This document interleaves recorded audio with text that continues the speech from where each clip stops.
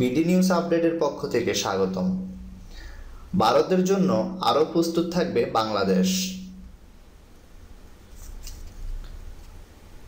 সবেই লম্বা সফর শেষ করে ফিরেছে বাংলাদেশ দল।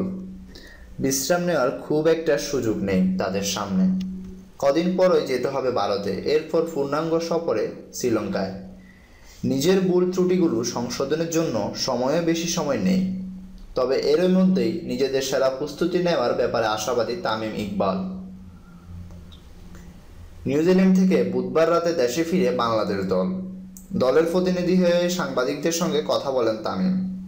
খুব একটা বেশি ভালো সিরিজ যায়নি, আমরা কোনো ম্যাচ জিততে পারিনি, এটা নিয়ে পড়ে থাকলে হবে না, এখান থেকে বের হয়ে আসা অনেক জরুরি।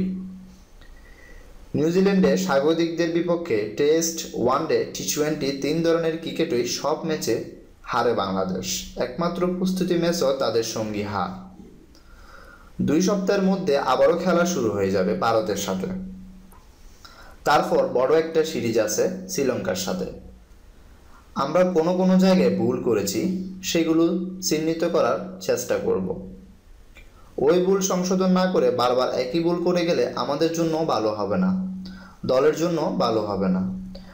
9 ফেব্রুয়ারি প্রথমবারের মতো ভারতের স্বাগতিকদের বিপক্ষে টেস্ট খেলবে বাংলাদেশ।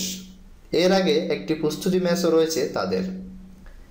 ভীষণ হতাশা নিয়ে দেশে ফেরা তামিম জানায়, জয়ে ফিরতে ভালো খেলার দিকে এখন তাদের সম্পূর্ণ মনোযোগ। জিততে হলে আমাদের ভালো খেলতে হবে। নিউজিল্যান্ডে আমরা ভালো খেলিনি বলে ফল আমাদের পক্ষে আসেনি। ভালো খেললে ফল আসবে, নয়তো আসবে না। আপাতত কয়দিনের ছুটি, আবার 31শে জানুয়ারি থেকে শুরু হতে পারে অনুশীলন। সেদিনটির দিকে তাকিয়ে আছেন তামিম। আমাদের ভুলগুলো আমার মনে হয়েছে স্কিলের চেয়ে বেশি মানসিক। আমার মনে হয় কারো এটা নিয়ে কাজ করতে হবে, সেটা ওরা করবেও। 9 ফেব্রুয়ারি আমরা যখন আবার মাঠে নামব, আমার মনে হয় আমরা আরও বেশি প্রস্তুত থাকব।